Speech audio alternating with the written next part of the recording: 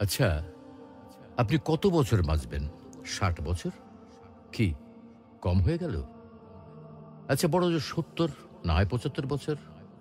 আর যদি খুব লাকি হন তাহলে ৮০ অথবা তার একটু বেশি। টিক টিক করে কিন্তু সেকেন্ড সময় চলে যাচ্ছে, আর টুক করে হাতে জমে থাকা সব সেকেন্ড শেষ হয়ে যাবে একদিন। একজন মানুষের কাছে যখন কয়েকশো কোটি টাকা থাকে, তখন তাকে টাকার বিলাসিতা মানায়।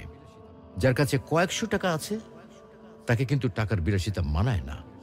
আপনার আয়ু যদি কয়েক হাজার বছর হতো, তাহলেই সময়ের বিলাসিতা আপনাকে মানাতো। এত অল্প আয়ুতে মন খারাপ, কষ্ট, পচা ব্যাপার-স্যাপারগুলোতে সময় নষ্টের সুযোগ কই? তার চেয়ে বরং ফ্যামিলিকে সময় দিন, ভালো বই পড়ুন, টুক করে বেরিয়ে আসুন চমৎকার কোনো জায়গা থেকে। রাত জেগে আকাশ দেখুন, ভোরের সূর্যোদয় দেখুন, সন্ধ্যায় পাখিরা কিভাবে ঘরে ফেরে সেটা দেখুন, নদীর ঢেউ অনুভব করুন। একটু ভাবুন, আজকের এই দিনটা যদি আপনার অথবা আমার শেষ দিন হয়, তাহলে আপনার আমার পরিবারের কালকে কি হবে?